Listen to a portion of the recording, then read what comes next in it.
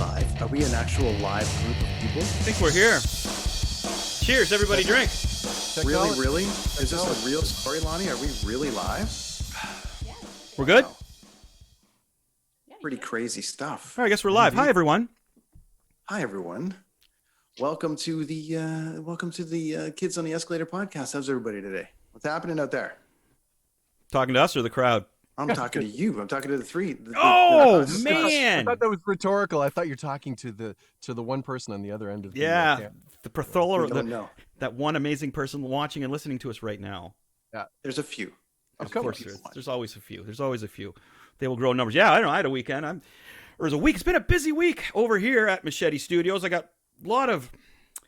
Like I had to, for the comic company, you got to copyright everything, and I'm kind of cutting it close because January 1st is when the first comic's coming out. But I've had no problem copywriting anything I need, so good. I'm good to go with Skeletron and all that stuff. But if you, Mike, you wouldn't know this as much about me. You could probably tell, though. Brent knows. I hate paperwork and all the little things. I just like... really? You know, right? I just like, hey, what do you want me to draw? I want you to draw this. You're a creative. You're not a numbers and contracts guy. Exactly, like adding up the age of my dog. That's like I couldn't do that even, right? So I got through all that stuff, which is great. The cover I'm going to release. I'm going to show it off next week, which I'm really excited about. Nice. The lessons are booming, like rock and roll, man. Like, guess what band is the #1 requested band for guitar lessons? AC/DC? Yep. Yeah, that's what I was going to say. Probably right. AC/DC, man. Like, it's always AC/DC. And apparently, they have a new album, and the kids are excited about it. Which is kind of cool because, I'm not. But I'm old, right? Like, I have a hard time cramming new music in my head because there's so much older stuff that I'm discovering that I'm enjoying or just brings back memories, you know what I mean? But it's great that the kids are actually digging AC/DC and really, and passionate about wanting to learn it. I got some new students. The one kid I call Leo Van Halen because he's like 10 years old, man, and I just taught him Sweet Home Alabama. He's playing Enter Sandman. He's 10. He's just this little dude, right? So... I've been really busy here teaching and working on the comic company, but it's fun stuff. It's not like I was out like, I don't know, whatever's. I don't want to offend anybody, but I never like digging a hole. So it's not like I was digging a hole in the backyard, anything like that. But so I've been busy. How about you, Mike? What have you been doing, buddy? Hey, it's same old. It's been a big week in the Pongratz household because the child, the child, right. The child of this house, Owen, he turned 16 and he got his G1. So this is it's been a pretty monumental week, and one of those weeks where I had one of those sort of, I don't want to say midlife crisis moments, but like the night before he turned 16, I was going through pictures because it seems to be like now it's a parents thing, I guess. You put the collage together of pictures of the kids growing up for the Instagram post. So I was doing that, and I just it was one of those like, I can't believe 16 years has gone like that.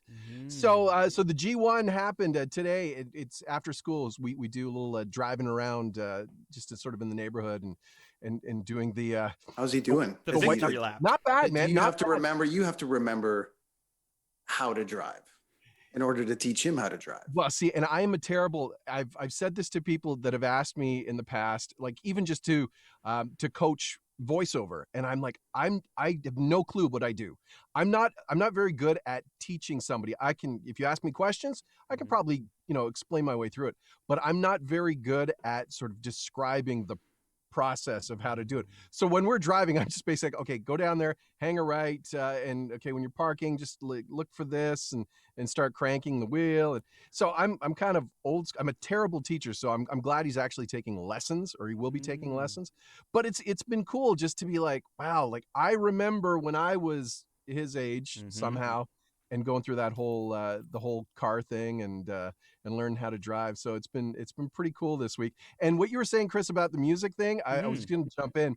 I am loving the fact that that a lot of the kids sort of his age and in that ballpark are really discovering and going through the classics. And loving the, going through like the, the Zeppelins, the Beatles. Like Owen's been on a big kick lately, going back to some Beatles, Rolling Stones. A shameless plug for his TikTok because he does a lot of these one-man band videos where he'll record the drums and then he'll do the guitar. So TikTok, Weeb Fighter 69, WEEB Fighter 69. He did a little, just a chunk of the beginning of Sympathy for the Devil. Nice. And it's just because he'd heard it in a Call of Duty game. Yeah, I remember that. I remember that when it was with that. Yep. That's how I learned how to play drums with Mr. Machete. I was. Oh, was it? Well, I was watching Chris and then watching video games and going. Well, but see, video games, that's where a lot of these kids are getting their classic rock and old school music playlists now, because the soundtracks in some of these games, like you go back to GTA 5, they had the radio stations. Call of Duty, like I've heard Fortunate Son more times than I care to over the last 2 weeks since Cold War came out. So it's been a pretty rad week when it comes to like monumental things, and ramping up to the Christmas, and my daughter turning 13 in December. So teenager. Sorry, at end of December, 27th. Yeah. So it's dude, it's been midlife crisis. Yikes. I've got a 12-year-old daughter that's trying to be 16. So oh, that's there the you rule, go. Right? You're right. You know how it is. Yeah. Anyways, boys. So we're it's the first time we're really going live properly. We've got the graphics. We've got Lonnie on the ones and twos back there. As props to Lonnie, because Lonnie, there we go. Well done, Lonnie. And kudos to Mike for jumping on this week and helping her with her computer, and Sean back at Blundell Central, and everybody that's tried to get us up and running here. And we're still in and me for infancy. watching and drinking beer while you guys do it. Yes, you did do that very well. A lot of beer while you guys were working on it, man. Somebody has to drink. And we are live currently on multiple Facebooks. We're on Facebook Live. I think we're all streaming it right now. We're doing a watch party. We are also live. Dean Blundell Twitter. We're on Brent on Tour Twitter. We're on Twitch.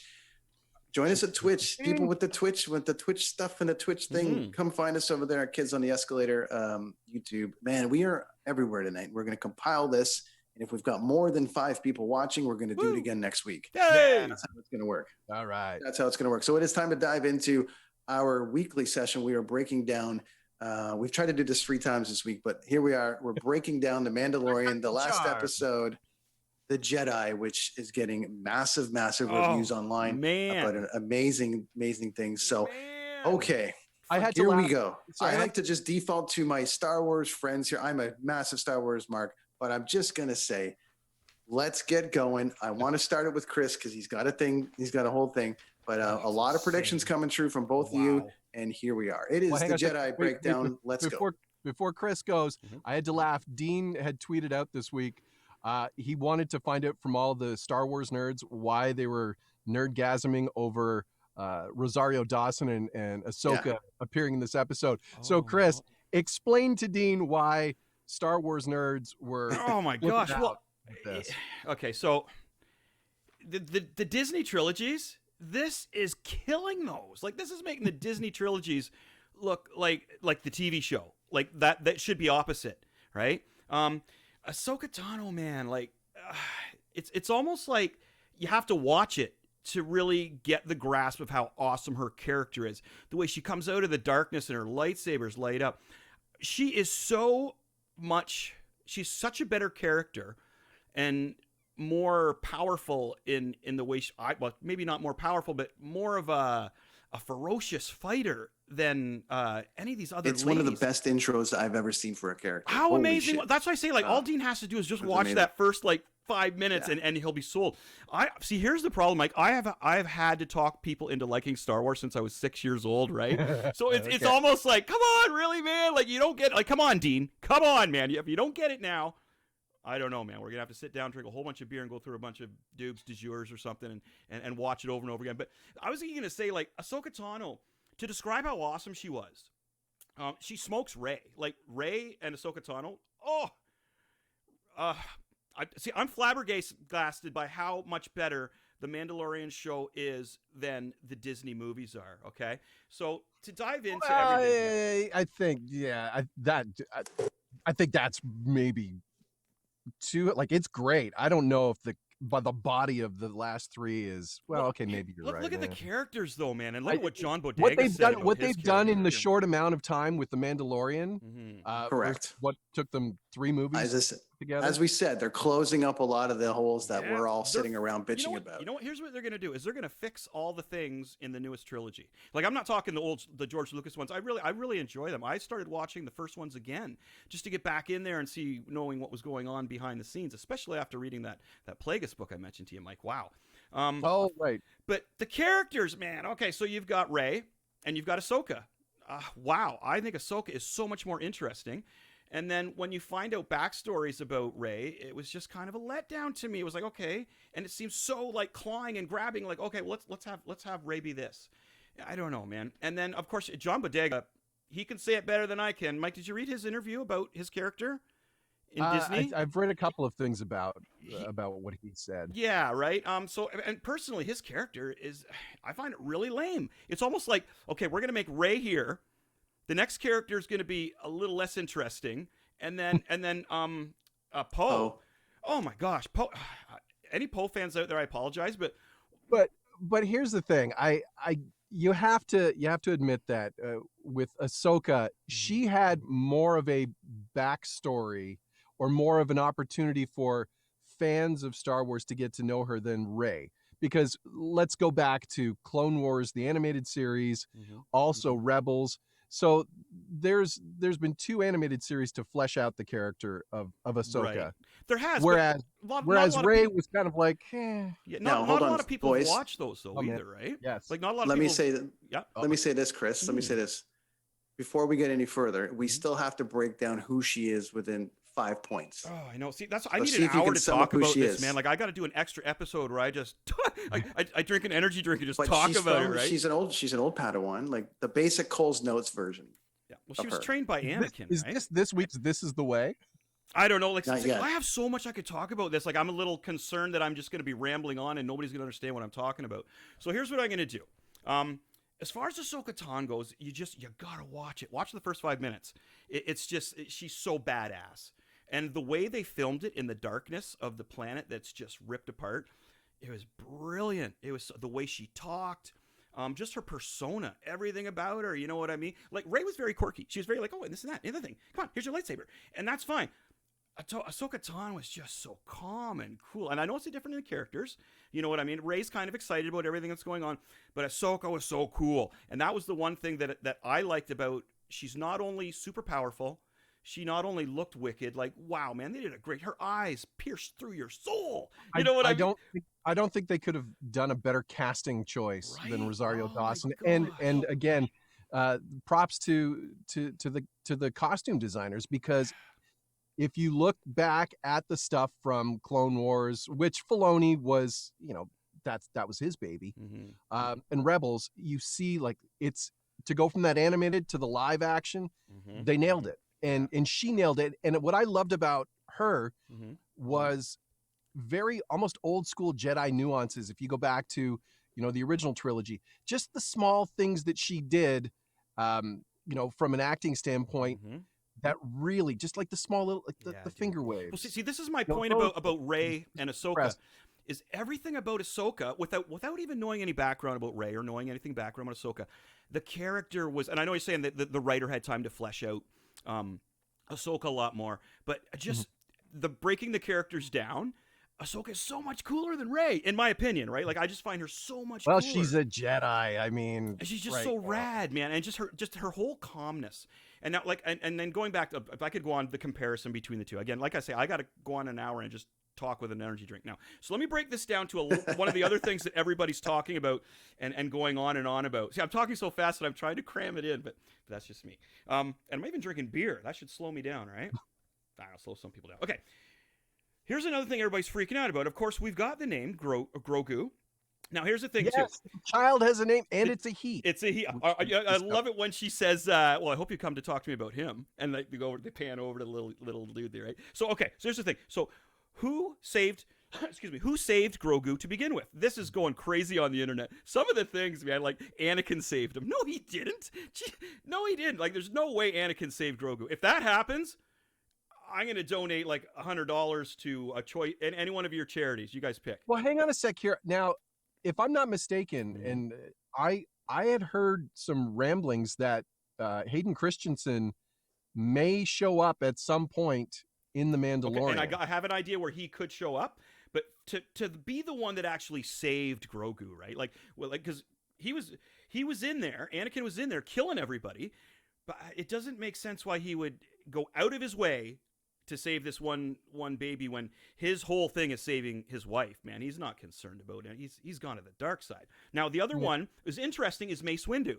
Another one that I'm hearing is that Mace Windu saved Grogu, right? I would love Mace to come back, and that's another thing I want to talk about for like an hour is how cool it would be to have Mace back in the situation, and so many places he could be inserted in. Oh my gosh. Okay, so two of the ones that I thought were kind of funny. This is what Dean was talking about. Like, if somebody just watched you and had no clue how Star Wars and just this episode, just watching you describe that would be like, what am I missing? Like, what an overload, right? You are so passionate about this, and it's true. I need because there was a lot that came in this episode. There's a lot of stuff that dude, the internet is going wild because they're like, as much as the people might enjoy the new Disney movies and whatever, there's so many things that are getting fixed by Favreau and by Filoni, man, and they're going to be fixed properly.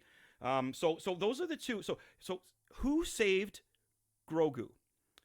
Jocasta, the librarian, was still alive at this point. My money's on her. Okay, with maybe some help from Yaddle. Yaddle disappeared after the first episode.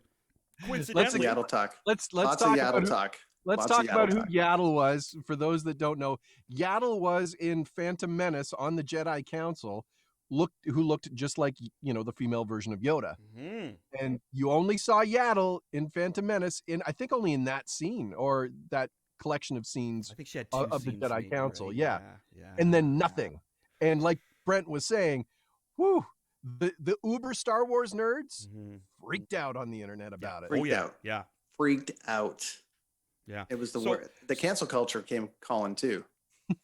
The who? About her. The cancel culture. Oh, right. Or cancel culture. Yeah, they came calling too. Yeah. So anyway, Jocasta and Yaddle, I would think Jocasta's the like, she's the one that would be the obvious choice for Star Wars people who know Star Wars. See, that's when I do this. I'm talking to my Star Wars brothers who have been with it since I was 6 years old, man. Like, I'm a lifer, right? Like, I got into this when I was 6. My cousins showed up from Toronto with a t-shirt of Star Wars on, and I was like, what's that? And they're like, this is the greatest thing ever. And it was. It was, right? And when it changed my life, right? It became a lifelong thing. Like, I am a lifer. I am definitely a lifer. There's never been a time in my life since that moment that I haven't enjoyed Star Wars. It's crazy, man. I've held on to my youth, I guess you'd say. So my pick for who saved Grogu, Jocasta was in the library there, and she actually got away. And now this is in the comic books again. I need to do an hour on the comic books because she gets away, man, and she hides with another Jedi. But she has to go back to erase all the files in the Jedi Academy of all the younglings. So she goes back, and while she's doing that, Vader shows up, not Anakin. Vader shows up to get the younglings' names. And he ends up killing Jocasta there. And that would be when Grogu was left by himself. She didn't make it back, right? So that's my money on, I'm saying like Jocasta, be good, the librarian, with maybe some help from Yaddle. I could really see Filoni is, these guys are back there going, who can we pull out? I haven't even talked about friggin' Jar Jar Binks yet. Damn, he's out there. He's out there. The Obi-Wan show. Let's not talk much about it. Well, I'm going to say the Obi-Wan show is coming back. I was just going to say with all the theories now and the revelations that came out of this episode, Grogu, the name, Grogu was saved during the big Jedi temple purge that Anakin did in Revenge of the Sith. But the other one that sort of is kind of a little further down, but for the expanded universe / canon folk, was the big climax at the end of the episode where Rosario Dawson is fighting Elsbeth, right? That's, I think. Yeah, she's from Dathomir, right? With Darth Maul and everybody. So she wants to know where he is. Because again, and I mentioned this last time, I haven't gone through Clone Wars and Rebels yet. So there's a whole lot of stuff that you know about that I'm completely unaware of. Well, I know why she's looking for Thrawn. Do you know why she's looking for Thrawn? But I was just going to say, she asks, where is he? Where is he? Yeah. In my mind, I'm thinking, she's looking for Moff Gideon because she wants to get the the dark saber. Yeah. Which would make sense to me. Like, okay, here's somebody else that wants to get this. You've got Bo-Katan that wants it. Now Ahsoka wants to get it, for their reasons. But then she throws out Thrawn. Mm-hmm. Now, for the people that watched Clone Wars and Rebels, Thrawn was like, holy shit for them. For me, I went, holy shit, because I think it was the early 90s, around the time that the prequel movies came out. I think it was when they redid the special editions. I think it was 93-ish. Timothy Zahn wrote a series of books, and I have the second one, Dark Force Rising, which I found in one of my my save buckets, which was a continuation after Return of the Jedi. And it was a trilogy, the trilogy of books, which a lot of people thought were going to be the framework for the next films for 7, 8, and 9, which would have been amazing. And the big baddie in that series was General Admiral Thrawn. Was it Grand Admiral Thrawn? And he took over the Empire, or what was left of it, after Darth Vader and the Emperor were killed. So that whole series, like, he was the big baddie, but you had Luke and Han and Lando and Leia, and it was the adventures after, with Luke going to find these artifacts. And there was this, crazy dark Jedi, Jairus Sabath. It's been a while since I've read these books, but they also talked about Jedi cloning, which again sort of comes up in Mando. So Grand Admiral Thrawn was the big baddie. So I'm like, holy shit, they are going hardcore expanded universe stuff that the canon folk have been, worried that Disney was just going to completely throw away based on the last trilogy. And now Filoni and Favreau are starting to go back, and Disney's cool with that. But then I find out that no, Thrawn was in Rebels, and it was a completely different story, but again, the baddie. So now you've got there's a lot going on. And I'm like, holy shit, this is amazing. Yeah, and there's now so I much find going out on, man. There's a lot. Rebels and the Clone Wars. But, and here's my but, and we've talked about this. Here is yet another thread another tentacle being thrown out here in this series. Yeah, it's got to be an expansion where we're getting, that was my first guess, is that somehow that's going to lead into another content killer for Disney. Kenobi, the series, is still going to be made. Are they filming it now, aren't they? I think so. I've seen pictures of Ewan McGregor. There's a lot of fake stuff on the internet, but a lot of really cool trailers built by fans. Oh yeah, no, I just seen photos of him with the gear on, and his co-star is gonna be Jar Jar Binks, man. But I mean, again, if they're setting up for all these other series, if they're just angling these, I get it. But at some point, we gotta start funneling things here, because we're getting too many side quests, too many new characters, too many big major, plot points happening for the Star Wars fans. But the casual observer, the casual watcher, the one who's just, fell in love with the child in season 1, or their buddy was like, hey, this is cool, it's like Baby Yoda. So many people now are disappointed. So many people now are freaking out about the name. And I liken it to I like it to Kramer, saying Cosmo, where people are like, oh, we can't call him Baby Yoda anymore. We got to call him this name. We loved it so much when we could call him Baby Yoda. But Grogu's not bad. It's actually Grogu's fine. Grogu works, but anyways, Chris, it is time. We got stuff standing by. Right. We've got sound effects standing by for our producer Lonnie. We got stuff. I'll know what to do by the sound effect. It's time for This Is the Way. Oh, it's This Is the Way. This is the way. Okay, This Is the Way. Okay, so branching off from what Mike was just talking about, the reason, I'm going to try and talk slower, the reason that Ahsoka Tano was looking for Thrawn was because she is looking for her Jedi buddy Ezra. Now, at the end of the cartoon series, Ezra was battling it out with Thrawn, and the only way that he could stop him was to have this great big tentacle creature wrap himself around Thrawn's Imperial cruiser, okay? and sadly, Ezra could not get out of there. He had to zap away with him. So not only is Ahsoka Tano out there looking for him, but so is Sabine from The Mandalorian. So there's two of them out there looking for Ezra. Now that's the connection to so many things, right? It's too bad that I won't get into that. I'm just going to go into Darth Maul and all the other things with that. So anyway, I know, right? I know. There was a lot to digest in this episode. Man, it for was the so hardcore good. fans. It's opened up so many doors. So my knowledge now that I'm dropping today is why Ahsoka Tan is looking for Thrawn. It's to find, and it's got to be to find her friend Ezra, because that is a Filoni character. They left it at a great cliffhanger where you don't know what happened to him or Thrawn. So now we get our answers of what happened to both of them, which is really interesting. Thrawn is probably the most intelligent. He's an he's a officer? No, he's not an officer. He's a Grand Admiral. Grand Admiral. He's probably one of the smartest guys there, and he worked his way up from the ground, right? Like I think they found him. He had long hair, and he was like a barbarian. He looks like he looks like the bad guy from the trained what's her name in Kill Bill. Oh right, okay, yeah. Remember the David Japanese Carradine. guy with the other one. You're learned a death punch. Anyways, side note. That's what he. So anyway, like. so that's generally what I'm going to put my money on for what is going to happen.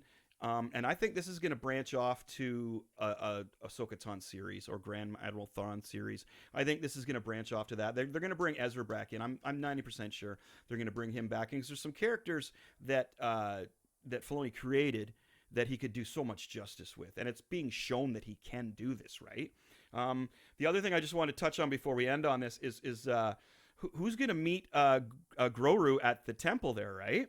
And the temple is the original Jedi temple that they're aiming to go towards. Now, they're going to get cut off by Moff Gideon, of course. But when they get there eventually, who's going to meet Groru at the top? And I thought it's funny because, Mike, we were talking about how Anakin is going to make an appearance, right? So the Force Ghost of Anakin appears, and Grogu's mind goes back. He's like, ah! And he just runs away from him and goes back. But a small note that I don't know if everybody paid attention to, and I'm not hearing it online. Ahsoka Tano said, if Groru chooses to reach out to the Force and find somebody, he might not even leave Mando, right? Like, they could be the two of them. They could start their own new Mandalorian deal there.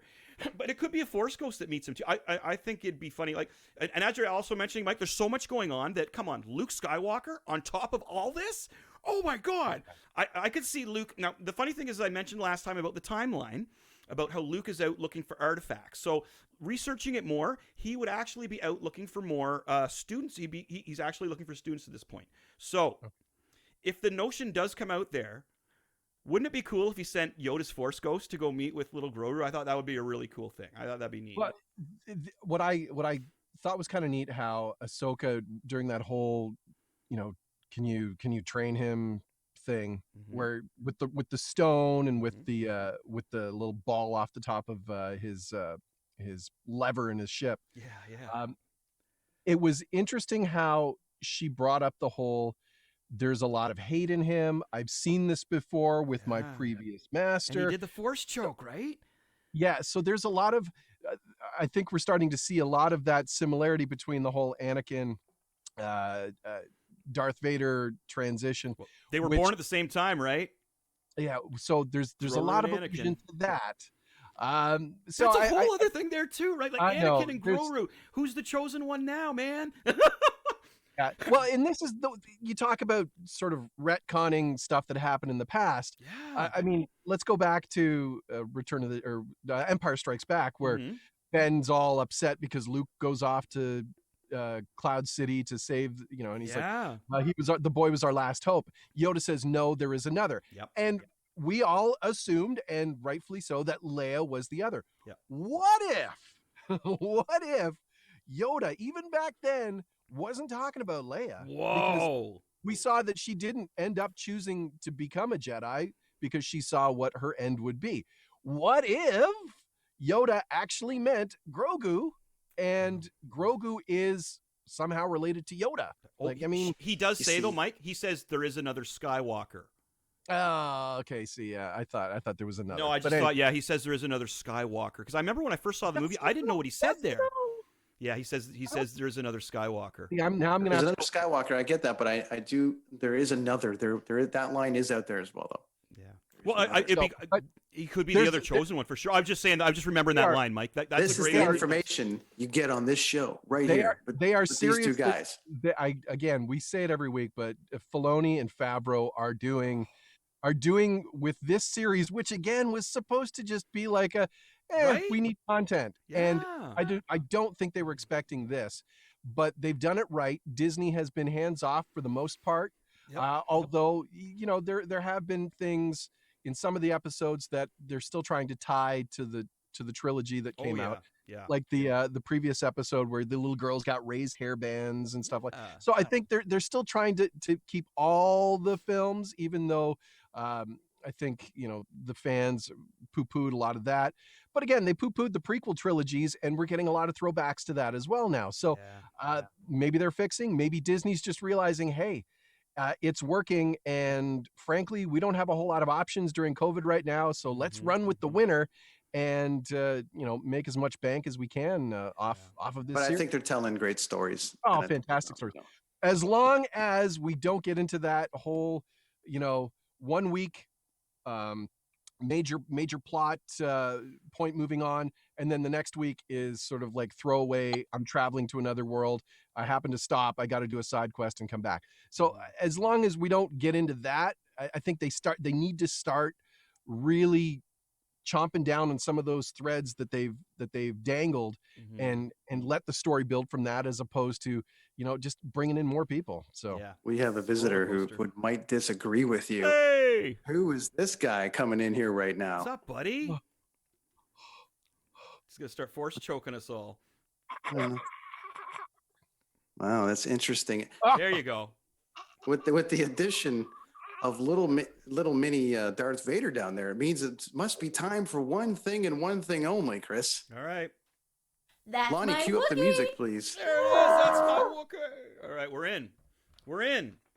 All right, we got little Nargan. We got Rad Alex down there joining us here for this trivia session. Rad Alex. Welcome, Alex. Okay. Should I? Okay, so should we have it so that Alex can steal? Oh, I think so. Like, Because if he's nobody going to steal knows the from me. answer kind of thing. But the He's other gonna thing I steal was going to from do me. is I have an old page here, and I could go through the old questions that you guys did on one of the episodes and see how he does compared to He's you gonna guys. crush us no matter what. He'll crush us. well, He's going right? to kill us either way, but this is entertainment for the audience at home. All right. All right. Okay, so This Michael, is Rad Alex, everybody. say hi, Rad Alex. Alex. Hello. This is Rad Alex. He's here to school us all on Star Wars Trivia 4. And force choke us. Whoever gets the question wrong, Alex, you have to force choke them. I mean, some of the questions I might not know the answer to. Oh, don't say that We'll now. get it Come on. down. Don't worry. Here we Come go. on. Pressure's on, dude. No, I'm just kidding. What's the score right now, Mike, by the way? I believe I'm still up 4-3. Is that That's it. 4-3. Okay, All right, Mike. here we So go. we're gonna do this a little. So I'm not gonna go easy hard this time. Okay. I got 4 questions here: A, B, C, and D. And we're going to kind of go. So you might get a lucky easy one. You might get one's a little tricky. These are all questions pertaining to Mandalorian episode 1 of the 2nd season. Okay. Okay. So the first one that we did. Okay. Okay. So who goes first this time? I think I picked this time, actually. Okay, Brent. Do you want A, B, or C? A, B, C, or D? I'm going to go with D. D. What planet does this episode take place on? Coruscant. No, they say Coruscant. No, I don't. Alex, you going to steal this? I don't know the answer.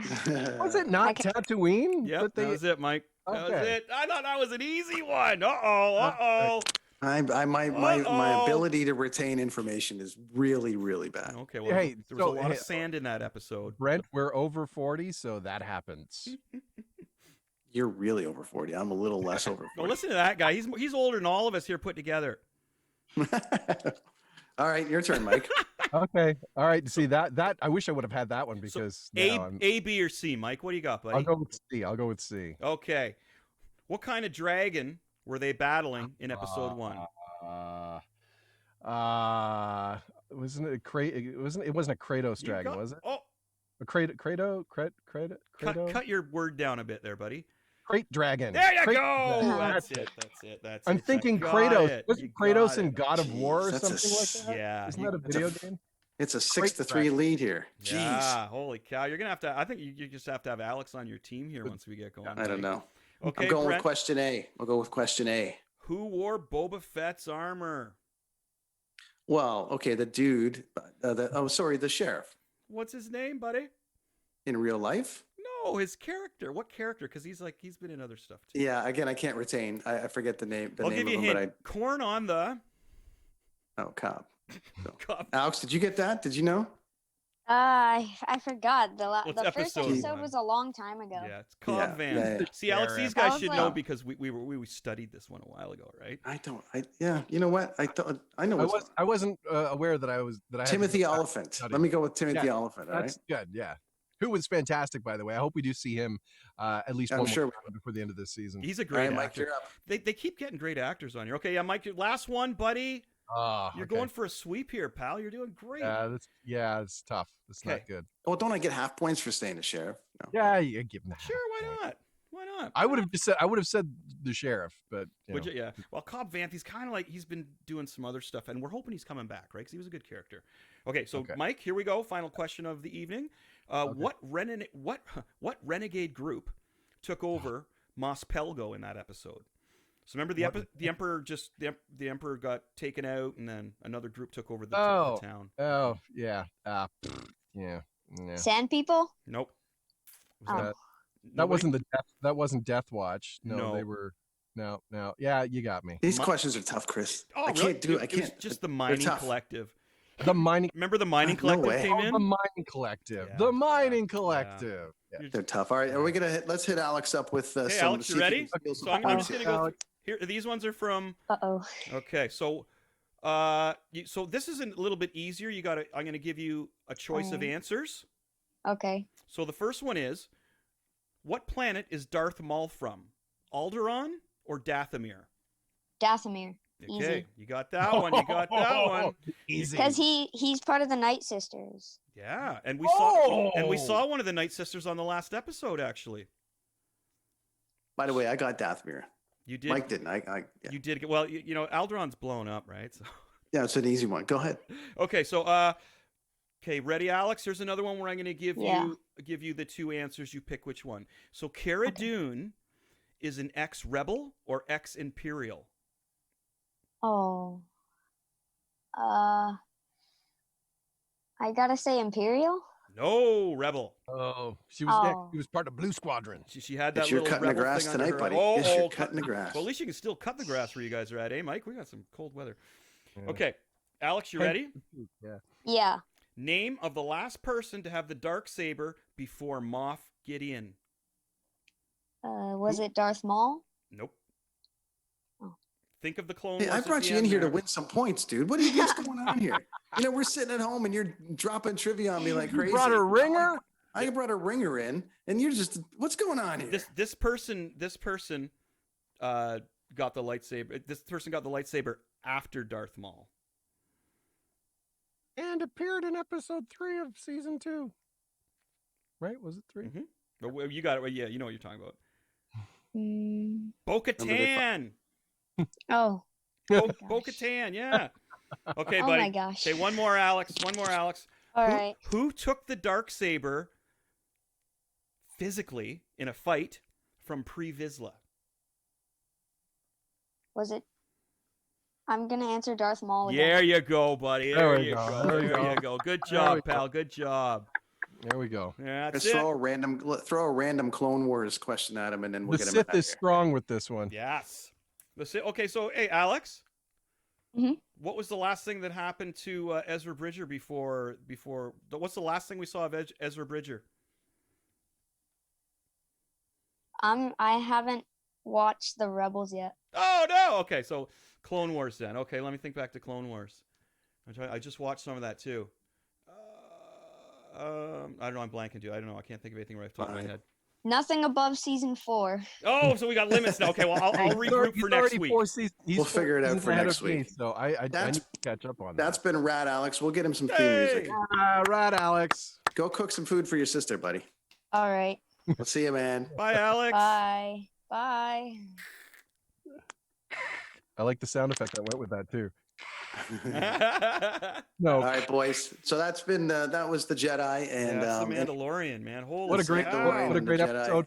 Episode 6, thoughts, predictions, Oh feelings. man, I hear it's a roller coaster. There's got to be Moff Gideon coming in. Apparently, he broke like 4 of those sabers filming these next few episodes. He's got to be coming. I think we're going to get an answer. We're going to get an answer on the mutant. What do we call them? The mutant stormtroopers. Oh, The Dark Troopers. The Dark Troopers. I think we're going to get an answer on that. I think I would wager that we're going to see maybe some more Fett stuff. Well, here's something that I was just reading today. This episode is actually the shortest episode of the season. The one that's coming up, or the one? Yeah, it's only clocking in at 32 minutes. I saw that. Which makes me go, are they actually going to do something of plot progression? Or if this is going to be another one of those Mando flying in space, navel gazing at the fact that he's got this child that he now has to sort of look after, and what am I going to do and train? I can almost promise you, Mike, that he's going to have to go on a mission. Do you think? Does he have to get his ship fixed again? Does he need to go and see again? That's that trap, and I really we're getting close to the end of the season. I'm really hoping that we start to it's I don't mind the side quests are they're neat. I think there's some interesting things have happened. I mean, we were introduced to the rebels that what's I forget his name now. The from Kim's Convenience. Oh yes, I can't remember his name, but yeah. And Filoni, who were the two rebels, who shows up again during episode 3, has the interaction with Cara Dune. So I'm hoping that we get something, but 32 minutes, unless we're not gonna get unless much. you can squeeze, you do some really solid storytelling that you can squeeze 32 minutes of good plot moving stuff. I think we're looking at kind of a middling episode. I do think we'll see a little bit of Moff Gideon.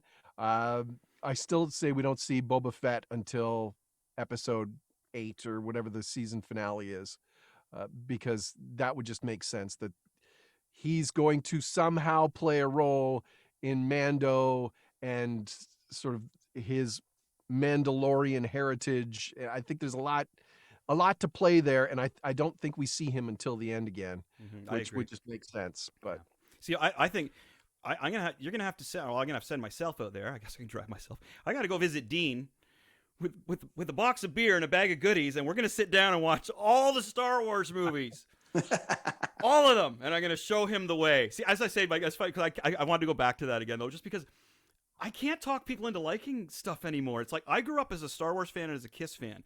Dude, you know how many teenagers when I was like 7 told me that Kiss suck? Kiss suck. Why is Kiss so good? I got nothing, man. I was like 6, 7, So to explain why it's so good, I think I physically have to sit down with a person, have a beverage, and watch it with them, and just kind of chat a little bit here and there, and just that kind of thing. But yeah, as far as like talking people into liking Star Wars and stuff like that, I can't do it anymore, man.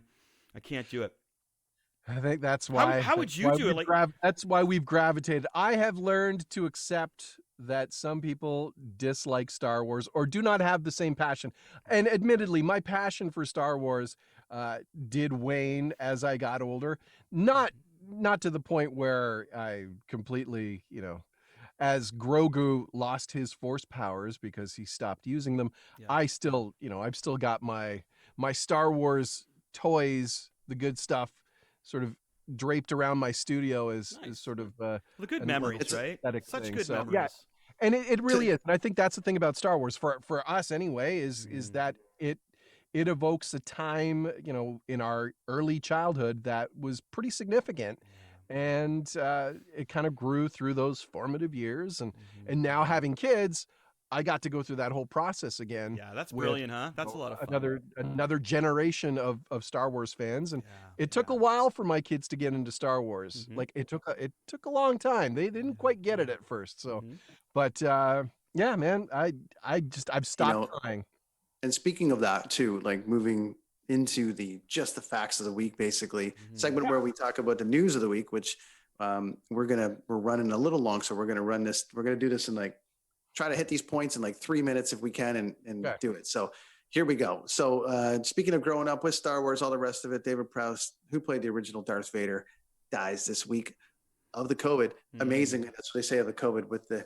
It's just an ironic thing that he had the breathing apparatus issue, and that's what had happened, and it's a respiratory thing. Oh, by the way, everyone on DeanBlundell.com listening and watching my article that I posted the other day about COVID, I'm in a pretty hefty battle with a guy on there right now over that. Great.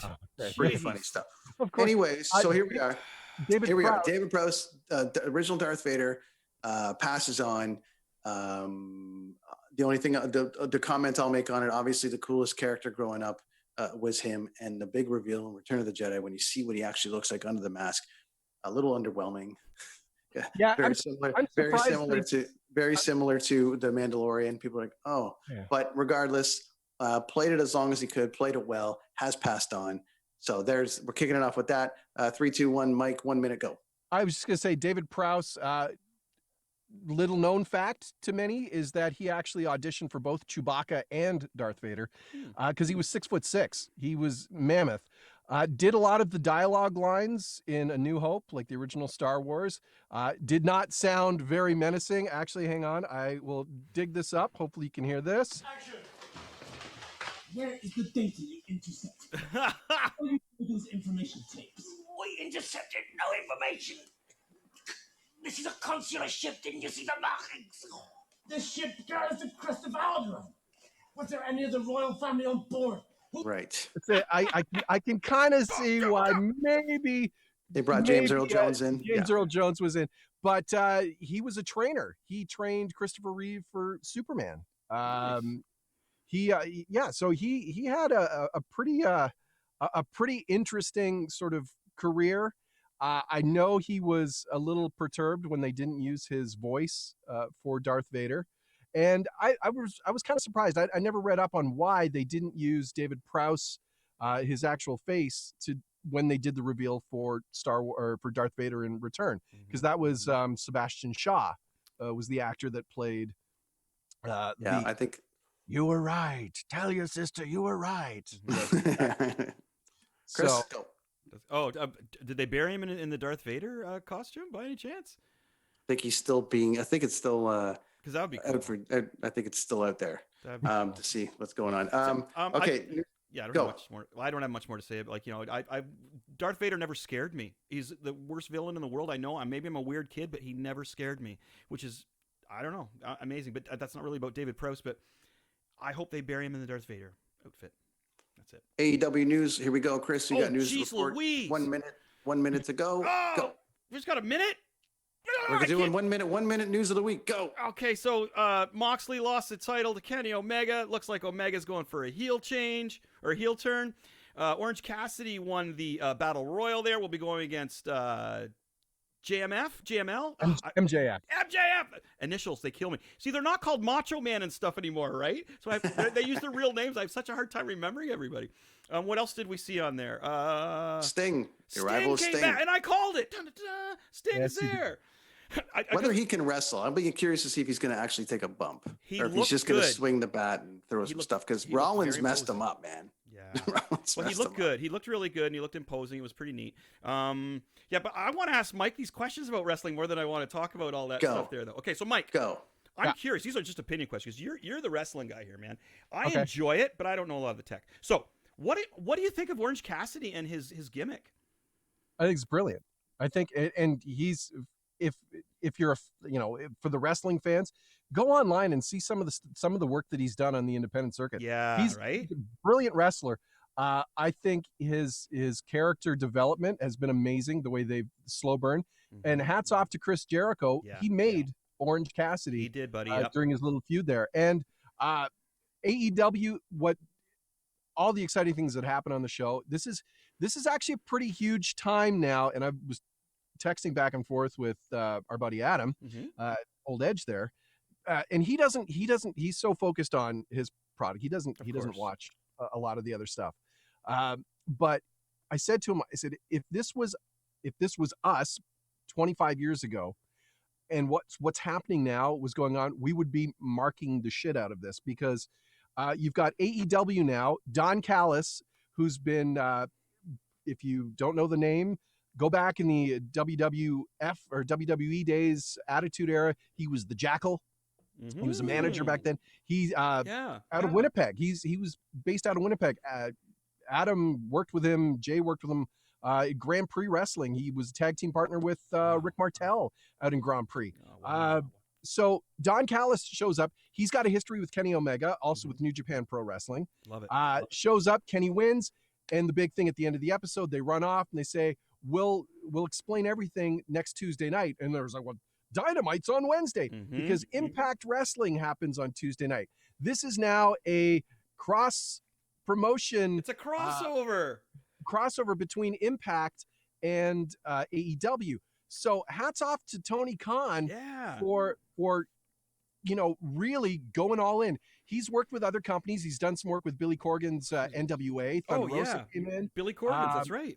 So I'm seeing this really crazy, it's an attitude shift, pardon the pun, where you've got a different mindset where, AEW, Impact, NWA, you've also got MLW, Major League Wrestling, ROH, all these companies that, unlike the WWE, where Vince is like, this is, nothing else exists. This is the except way. This universe.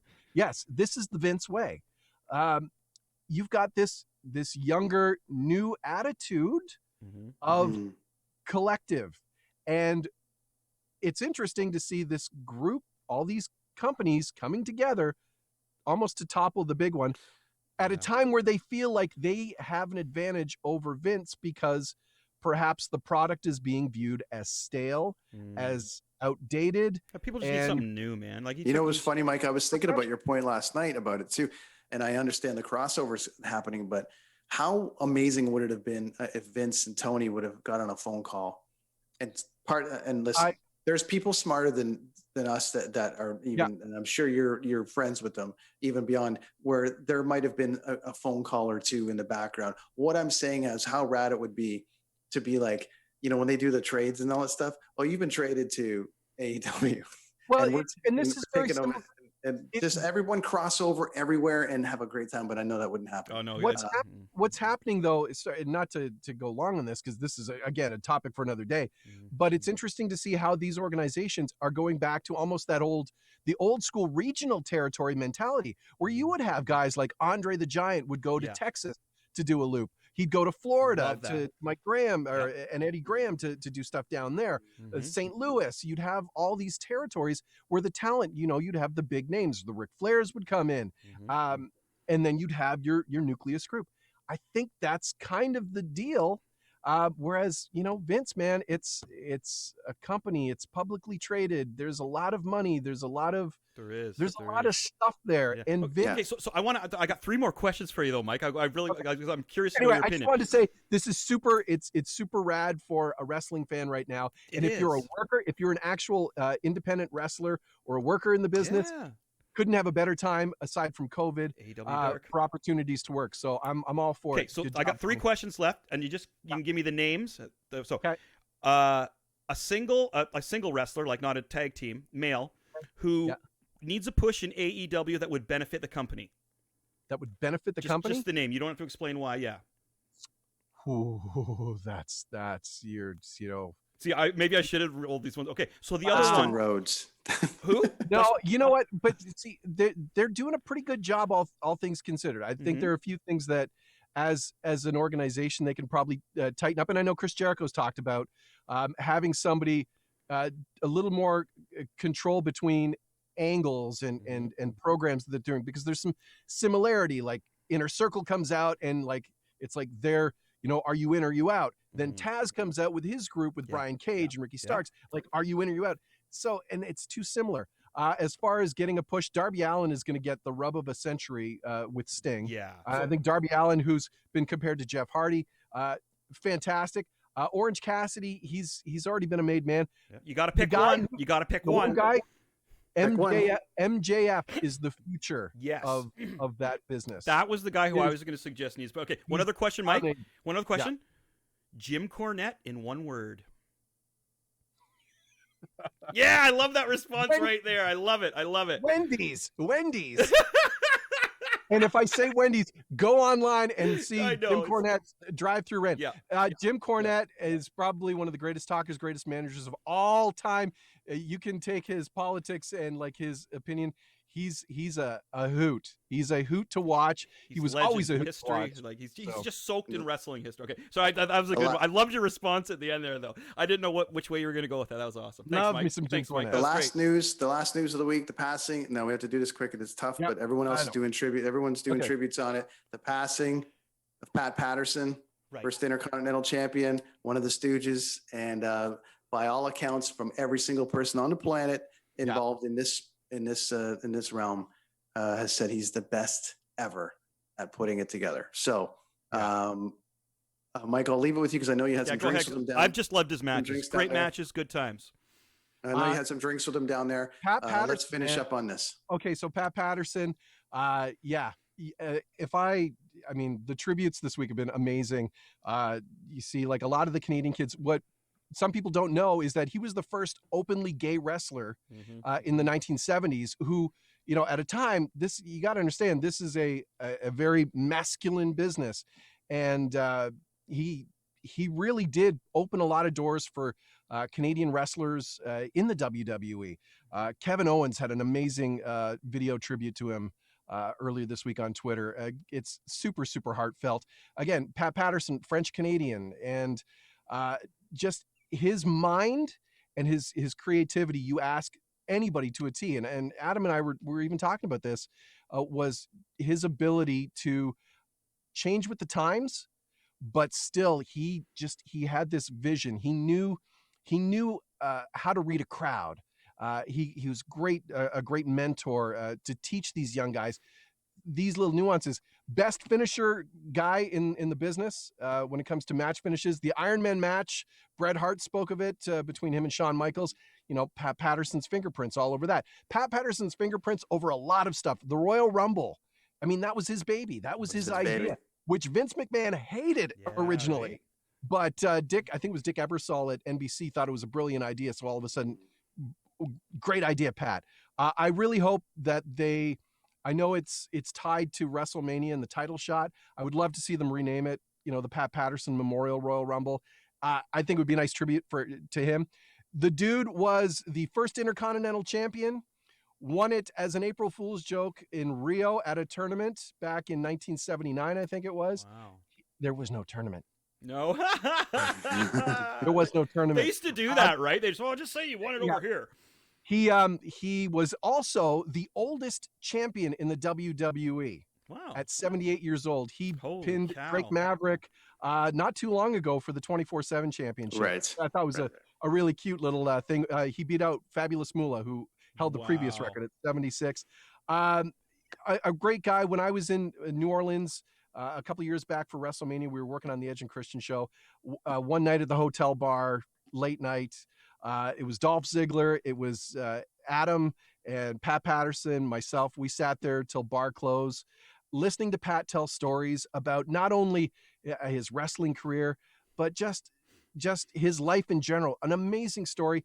Pat Patterson, not his real name originally, Pierre Claremont, changed it legally in 2008. Just sitting there listening to him tell stories, it was. Isn't that the best? Listening truly to a somebody with special that moment. knowledge, like having beverages with some friends and listening to somebody whose knowledge is like you can't watch that on TV. You're listening to this person talk, and it's brilliant. Like I totally hear what you're saying, man. And It was funny because during that conversation, we talked a little bit about Montreal and the Montreal screw job. Right. So again, I'm just like, as a fan of soaking it in, wrestling right? history, I was like, and he was the nicest guy. I don't think I drank as many vodka cranberries, which was the drink of choice that night. I was going to say, how good did your drinks taste, right? How good did your drinks taste while that conversation went on? Flying rounds, almost as if to keep the night going. We closed down the bar. It was brilliant. And Pat Patterson, he loved karaoke. Oh my God. Loved karaoke, and My Way was his song. I was going to pick a Tom Jones song. I thought maybe that was Frank Sinatra's My Way. So Pat Patterson, he will be cheers, Pat Patterson. fondly remembered, sadly missed, and he really was a major part of the WWE, WWF, and his impact will live on in the talent that that he helped mentor. So, Pat, wherever you are, you did it your way. Cheers, buddy. That, my friends, is the end of segment 1 of the Kids on the Escalator podcast, where we more Mando talk next week. We try to do this 3 times this week, but anyways, we finally got it right this last time. But a lot of news since Monday, so a lot of different things to cover off. Where can everybody find you, Mike? Let us know. Yeah, I'm everywhere. I'm everywhere. You just listen for me.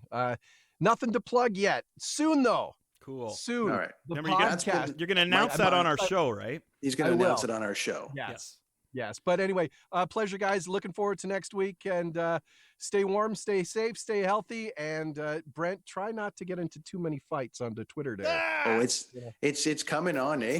It's coming on good. It's but coming on there, eh? check it out, everybody. It's a whole thing. Are you arguing with like an anti-corona It's guy? a thing. I'll get. You know what? It's a. Trickles down to so many other things. I wrote an article today yesterday about just where I was at with my recovery, and then it started, and it was like I knew it was going to start, and I just kind of went from there. But anyways, I'll give the update on that next week. Okay. We're going to take a break now, and we're going to come back with our contest winner from episode 1. Right on. We're going to give away a bunch of free stuff, and we're going to continue on doing some other stuff. That is Mike. That is Chris Machete. He's going to go take a leak. Lonnie's going to run the thing with the stuff. Everyone get up, take a stretch, do your thing. Okay, we'll see you, Mike. We'll see you next week, buddy. See you guys next week. See you next week, brother. Cheers, boys. All right.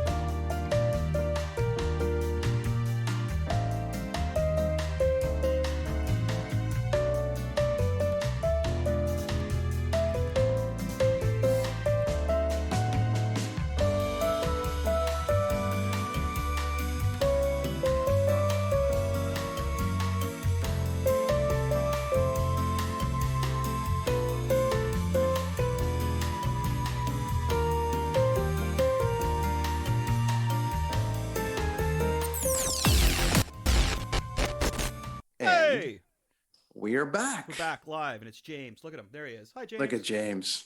Hey, So one what's of the up? things that we did at the beginning of this whole thing when we put it together is we challenged the listener to tell us where we got our name from for the Kids on the Escalator podcast. James, you won the contest by answering what? Yeah, well, Mallrats, obviously. It was Great. it was too easy. But Too easy for you, For me, difficult for yes. others. Other people Yeah. have asked us about it, but they yeah. As soon as I saw the name, I started laughing, and I was just like, yeah, Jason Lee on Mallrats. And then Amazing.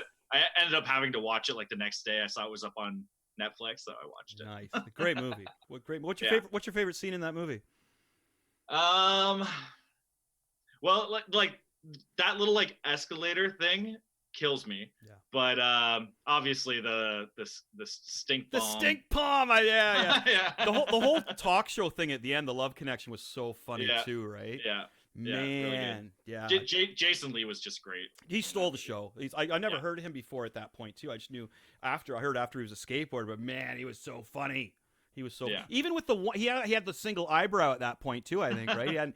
He hadn't coiffed it up yet, and he was still killing it. Well, Yeah, that was acceptable in the 90s. Well, I was gonna say if you're killing it with a single eyebrow, man, you know you're doing good, right? Not creeping yeah. anybody out. So what's new with you, James? James is a musician, and he has a solo Yes. album out right now. It's true. So tell us about it. Yeah. Go Rude Boy Go. It's my first solo EP. I had some friends working on it with me. My girlfriend involved as well. Mhm. And who is that? With Jen Fiorentino. Okay. She's really good. Check her out on YouTube. She's really good. That's why it's like it's your girlfriend. It's like you have to Yeah. say that, but she is actually very talented. I've seen her play and Yeah. perform. You can take my word for it too. I've seen many people play and perform. She is very talented. She's very Yeah, talented. I push her more than I push myself. So,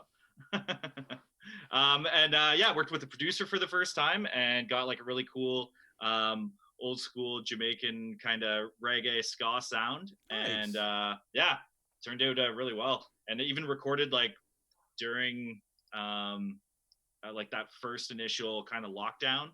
Perfect COVID. timing, right? Yeah. We were like recording just right from our apartment at the time, and That's great. Yeah. That's the way to do it nowadays, right? Like, I find myself, I'm not one of those guys that's like a music snob and, oh, well, the equalization of the blah, blah, blah, and this. I go for vibe off a song. Like, mind you, if you put a ghetto blaster in front of your amp, I'm not going to be too attuned to it. But I go for vibe and performance off things, man. I have more respect for people who can record with less money and make it sound good. But, Yeah. Well, when you're going for like a late 60s Jamaican sound, nice. It doesn't need to sound good. It just needs to have that feel, right? Yeah, you want that lo-fi kind of sound to it, huh? Exactly. Bitchin'. Yeah, and so I put that out this summer, Mhm. and with some lyric videos to go along with it, Mhm. and it's been well received, and I'm working on the next batch of songs right now. Great. So if people want to hear your music right now, Yeah. tell them your Yeah. name and what it is and how Yeah. to find it. Yeah, so James Shaw, Go Rude Boy Go. You can find it on all streaming services. So if Spotify or iTunes, Amazon, whatever you listen to, if you search Go Rude Boy Go and my name, James Shaw, it will pop up. Perfect. That's give us a easy to find. song. We'll play it on this thing. It'll go on to the other things, and everyone will hear it on things. Nice. Cool. Nice. Do that now. You won some stuff. You did, buddy. Yeah. You won some Yeah, stuff, too and cool. Chris has got the stuff that you won. And where'd you win it, Chris? Fill him in. Okay. So I own a music school, but I've started a new venture. It's a comic company. It's called Machete Comics. Now, James, I had a Spider-Man print for you, but I'm going to talk to you after and see what you would like. I got Spider-Man prints. I got Carnage. I got X-Men. I've got some of my original comic book, Skeletron, if you wanted a print Awesome. of that. It's not a digital download. I'm going to send you the actual print.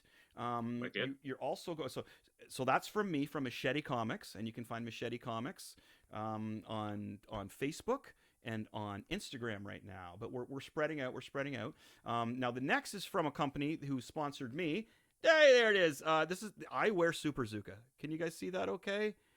Yeah. That's Super Zuka. So these guys are based in Oshawa, Ontario, and they create all kinds of merchandise that's really rad. So James, you won a Super Zuka pin. Well, this Cool. this is actually Slasher, which is like Thrasher magazine, but it's Slasher. Yeah. So they're using the whole skateboarding thing. I think you like to skateboard a little bit, maybe. I think you might have don't you have like a half pipe in your backyard? Yes, I thought I true. saw pictures of that. That's very cool. Okay, so you got this pin. Yeah. All right. You also have, look at this. You get a nice shiny, look at that. There's Jason Cool. Voorhees skateboarding. All right. Very nice. This one's pretty wild. This is the Muppet Centipede. You see that? Yeah. How's that for you, right? Oh my god. There you go. That is perfect. Isn't that That's rad? so funny. So That's there's so another funny. thing, and one more thing we got for you, buddy. Yes, so we got this for you as well. We got Wicked. a nice. So it's Yeah. Mike not Myers. Jason, it's Mike Myers skateboarding. Yeah. Halloween. Wicked. There you go, buddy. So you get a nice, and then the print's a large size, right? It's a nice large print. Yeah. I'll DM you, I'll personal message you after, and you can figure out what you want. I can send you some options, and you get the pins, you get the stickers, you get the T-shirt, all free. That's shipping. a huge prize pack. Isn't that awesome? Awesome. Yeah. We really, you know, And you get the we will play your song on this show. Yes. Yes. To And all, it's gonna get to all played on 40 here. watchers and listeners. Well, it gets So- played back again, right? Like it's not just And like, again, it's not just and a again, one and shot. again, and again, and again. Yeah, And we'll play it man. on the Blundell Network, and maybe we'll use it for an James, outro. And I maybe we'll guarantee use I know two people on the other side of Kingston living in a condo that are going to listen to your song probably about 10 times, and that's my parents. Because they watch our shows a few times. You know what I mean? They're up the Yeah. road, and they remember you and they know you. And James actually was he's a member of Mr. Machete. He is the rhythm / lead guitar player, backup singer whenever we get back together and do gigs. So Yeah. and if anybody's out there saying, well, he won the prize because he's a friend of yours. Well, you know what? He answered the question a week after it was posted. So anybody's pissed off about that, up yours, man. Up yours, James. You deserve You the won it. prizes. Yeah. Right. Thanks. So and The also Thanks for kids- joining us this week, buddy. Yeah, I Thanks want- for Yeah, joining man. us this week. And Before we'll James, bug I you just to- want to thank Super Yeah. Zuka again for I'm wearing one of their shirts right now.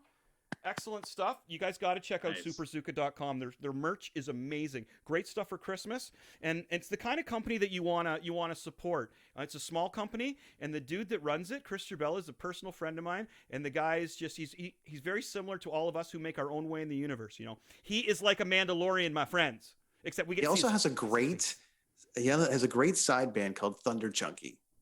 That was really He great. did. Well, he was a Yeah, musician. he really back he when we really all did, started. and only he'll know that. But there's only a handful of people that know that. See, it's funny, James. Brent and I were talking with Mark Garnis from I Hate Sally about how the musical family that you meet, it doesn't end unless you're a douchebag and you don't want to hang out with that person, right?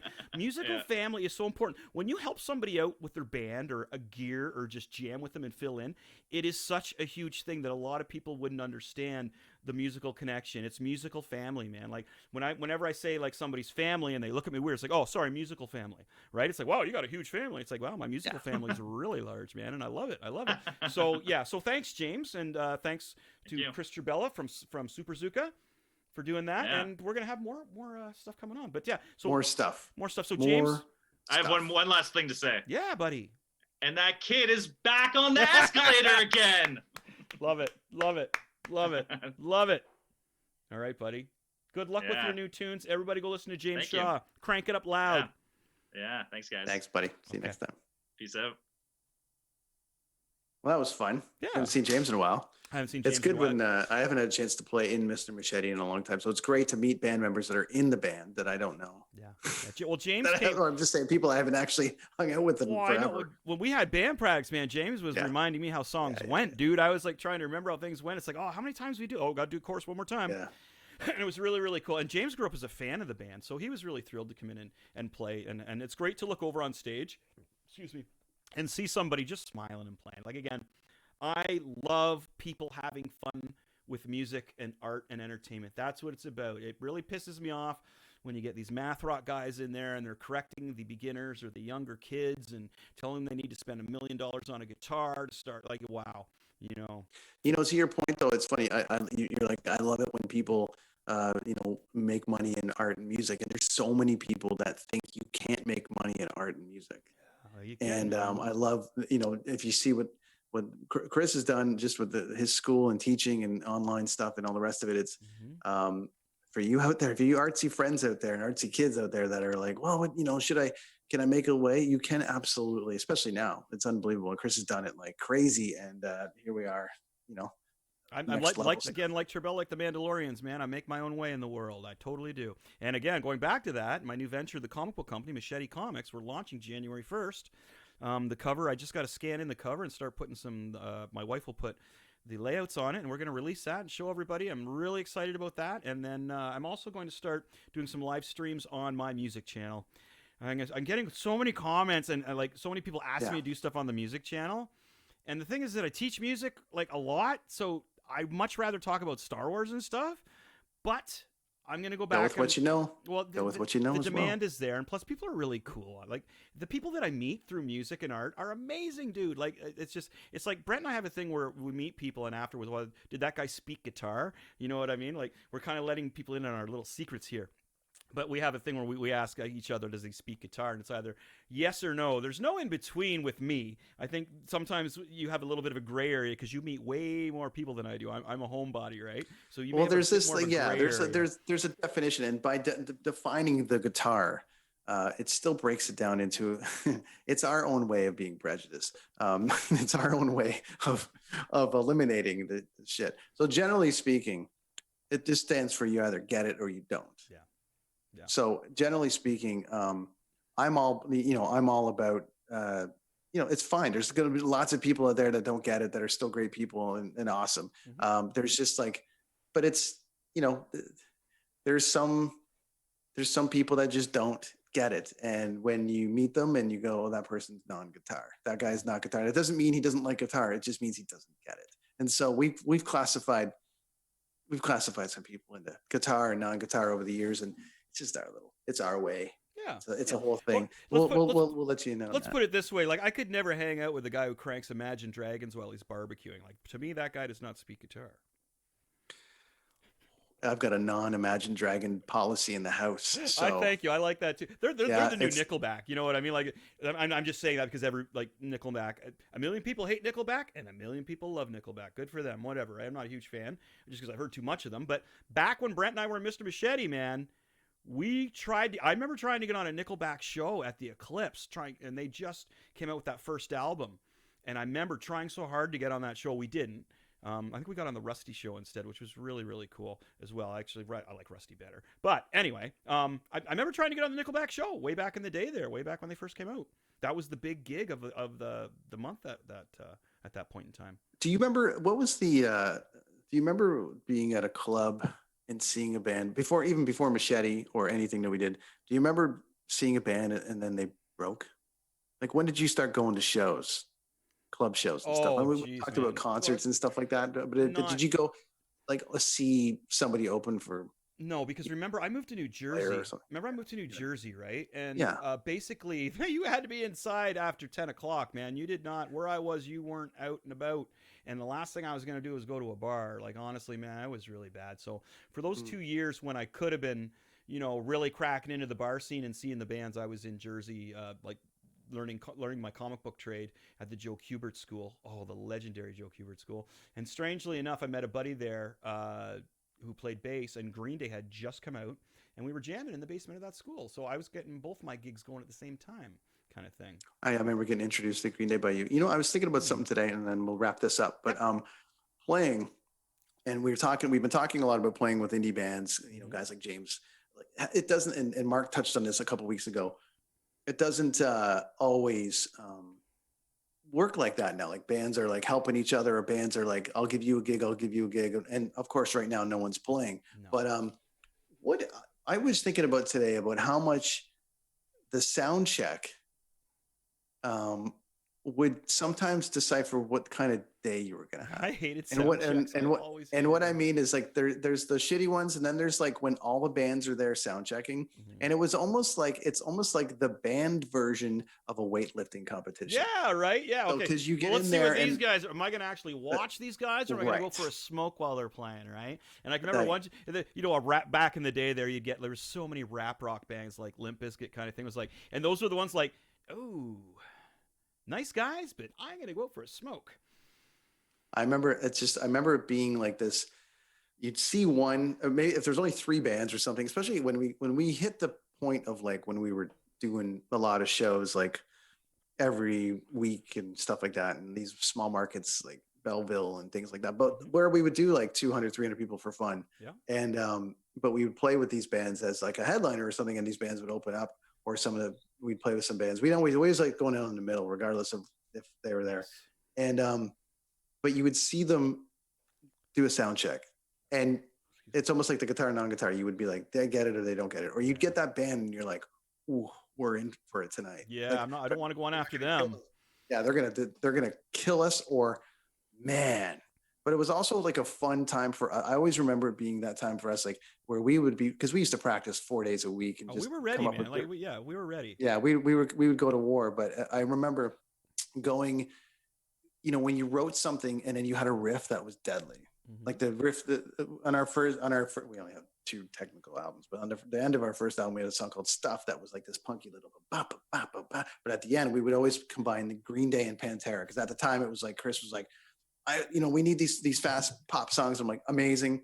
I'm a huge Pantera and metal fan, also Tesla. But anyways, I was like, so we had this whole like, we're gonna punk them and then we're gonna hammer them with metal, which never went together ever, but we made it work. But we would come up with these we were one of the heavy early riffs. bands that did that. That was using, I know. like Sum 41. Like we were compared a lot. Like the funny thing was when I talked to Greg Norrie, I was like, who's going to get there first? You guys are Sum 41. Well, it was Sum 41. But anyway, no big deal. As I mentioned, too, I think if we would have hit the stature of Sum 41, I'd be dead by now, man. I don't have good... I'm not good at holding back on There things. was, you can see where the machine was at that point when it kicks in, and there's so many things. But anyways, so you'd have the riff and you'd go in and I just remember like rehearsing a band, like you do a sound check and we'd drop the new riff on sound check, and you'd kind of get the other bands going. Mm-hmm. It's that, and we're like, Yeah. it's gonna be our night. Yeah. But then you'd have a band come up and just slay, and you're like, whoa, okay. So fun stuff. Yeah. But when we started, we saw so many bands. Like we gave Protest the Hero their first show and their first real recording, and those are hidden recordings now that I have, that a lot of people want to get a hold of, right? And I've talked, I've talked a bit of. Rhodey was going to come on this week. We just couldn't make it work, but I think we'll probably get him on next week. We'll get him on here. Well, Rhodey, you have to come on our show, or else I'm going to start giving away those hidden songs from back when you were called Happy Go Lucky. I'll just start distributing them. Yeah, but that's why these we called Happy Go Lucky, and we gave them their first show, and we gave them their first recording experience. We recorded their tunes on a triplet there, a threesome of different bands. Yeah, that was fun. And there's so many other bands that we saw coming up, dude, that did really well. Yeah, and now everyone's stuck, so we'll see. But we'll play James' song today. He won a whole bunch of stuff. Attaboy, James. Okay, thanks all around. Here we go. We got to start. You start with your team. I'll finish with the rest. We got to thank on this episode. Super Zuka. Super Zuka gets the big thank right there. Super Zuka, check those boys out, man. Check those boys out. Good stuff. Big thanks for Mike for joining us again. Got to thank Lonnie for all the hard work this week and putting us live. Thank you, Lonnie. Yeah, right awesome. Puncher. Pop. Getting us up here to go live. More to come, more shiny bits, and we're just still figuring it out. Dean Blundell and the network for letting us use their platform tonight to go live and beta test it. I'm sure he's sitting around stewing about the Mandalorian. So Dean and I, as I say, I got to go down there and visit Dean with a big bag of weed and a case of beer, and we'll sit down and we'll watch all the Star Wars movies, and then I will brainwash Dean in the way. I'll bring down a special kind of green that will just hypnotize him to Star Wars. And that'll be it. And then he'll be on the show, and we'll be like, Dean, slow down, buddy. Slow down, man. I know you're excited about the show, but take a break. And a huge thanks to Rad Alex for coming on and dropping some Star Wars. He wasn't quite all the way there, but tune some. He was nervous, man. That was his first go. We got to get him back on. We got him. Rad Alex, we'll get you back next week. All right, friends, that has been Kids on the Escalator podcast. Tune in next week. We'll review this week's episode of The Mandalorian and so much more. Thank you very much. And may the Schwartz be with you.